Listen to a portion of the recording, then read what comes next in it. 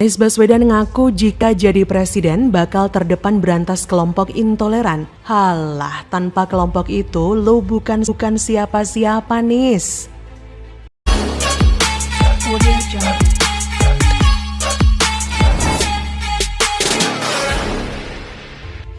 Sebuah video yang memperlihatkan Gubernur DKI Jakarta, Anies Baswedan menegaskan akan menindak keras kelompok intoleran jika kelak ia menjadi presiden, viral di media sosial. Video Anies tegaskan bakal tindak keras kelompok intoleran apabila ia terpilih jadi presiden itu viral, usai diunggah pengguna Twitter Tukang Rosok.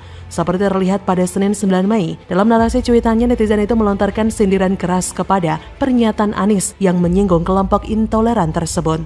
Menurutnya, tanpa kaum intoleran dan radikal, Anies nggak bakal jadi gubernur DKI Jakarta. Bahkan mantan Mendikbud itu, menurut sang netizen, bukanlah siapa-siapa tanpa kaum intoleran. Terlihat dari video itu tampak Anies tengah berpidato di atas mimbar.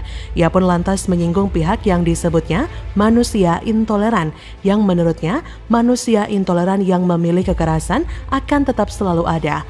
Menurut Anies, hanya ada dua pilihan bagi masyarakat, yaitu mendiamkan kaum intoleran atau menindak mereka dengan tegas. Ia pun kemudian menegaskan apabila nantinya ia terpilih menjadi presiden, maka dirinya akan menindak keras manusia-manusia intoleran itu. Sontak, unggahan video Anies mengaku bakal menindak keras manusia intoleran apabila terpilih menjadi presiden itu menuai banyak komentar warganet. Salah satunya, netizen Nursal.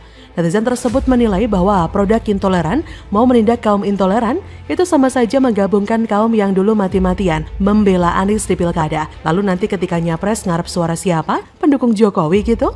Menjijikkan. Setelah apa yang Anies lakukan dengan menunggangi kelompok intoleran untuk mendapatkan kursi DKI 1, ia akan cuci tangan dengan membuat sesumbar janji akan menumpas kelompok intoleran. Halah, bullshit. Jika memang mau menindak kelompok-kelompok tersebut, seharusnya ketika kasus penistaan agama yang dituduhkan kepada Ahok, ia harus memberikan pernyataan kepada kelompok intoleran tersebut untuk tak terlalu anarkis dan menebar provokasi. Tapi mana? Anies diam saja dan seolah mendukung tindakan tersebut kan? Manusia intoleran, manusia yang memiliki kekerasan akan selalu ada. Pilihan kita adalah mendiamkan mereka atau menindak mereka. Dan jika saya presiden, saya akan menindak dengan amat tegas. Seperti biasa, setiap tahun kelompok yang menamakan diri mereka 212 akan reuni lagi. Meskipun kita nggak tahu sekolahnya di mana dan lulusan tahun berapa mereka, kelompok ini reuni terus setiap tahun. Lihat nanti setelah Oktober bukan lagi memainkan isu sara, intoleran gitu loh. Ya, tapi kita sepakat Bang ya bahwa pilkada dulu ada sesuatu yang tidak kita kendaki bersama. Betul sekali. Tapi Ahok selaku gubernur petahana dulu sesungguhnya sudah dihadang oleh ormas-ormas intoleran yang mengatasnamakan agama. Jadi sesungguhnya bohong jika dikatakan andai saja tidak ada peristiwa di Pulau Pramuka di Kepulauan Seribu, maka Ahok tidak akan diapa-apakan oleh mereka. Sosok Ahok yang fenomenal diakui atau tidak sudah merubah wajah ibu kota. Cara-cara kotor mereka dipertontonkan, yang penting bukan Ahok gubernurnya. Setelah Agus kalah di putaran pertama, mereka saat itu mengelus-ngelus Anies Baswedan. Mereka ibarat menjilat ludah sendiri dengan mencalonkan Anies. Sosok Anies yang dahulunya mereka fitnah liberal, Syiah, dan seabrek julukan lainnya harus mereka kesampingkan demi ambisi politik pragmatis.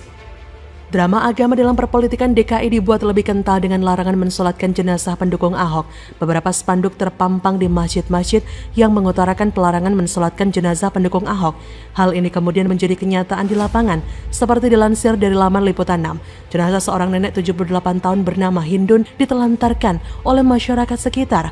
Pasalnya, sang nenek yang sudah tak bisa berjalan sejak lama itu memilih Basuki Cahayapurnama atau Ahok dan Jarod Saiful Hidayat saat pilkada DKI putaran pertama. Sejak itulah, kata Neneng, selaku keluarga Nenek Hindun dituduh sebagai pendukung penista agama. Pencoblosan yang disaksikan 4 petugas KPPS itu berbuntut panjang. Neneng merasa ada yang salah dengan cara pemungutan suara terhadap sang ibu. Namun saat itu, Neneng tak ambil pusing. Padahal dalam Islam jelas, jika seseorang meninggal maka sudah menjadi kewajiban bagi yang hidup untuk mensolatkannya. Apakah dengan mendukung Ahok kita menjadi berdosa di depan Tuhan? Sungguh arogan dan sombong, seakan kita mengetahui wilayah yang hanya diketahui oleh Tuhan sendiri. Jadi bagaimana menurut Anda?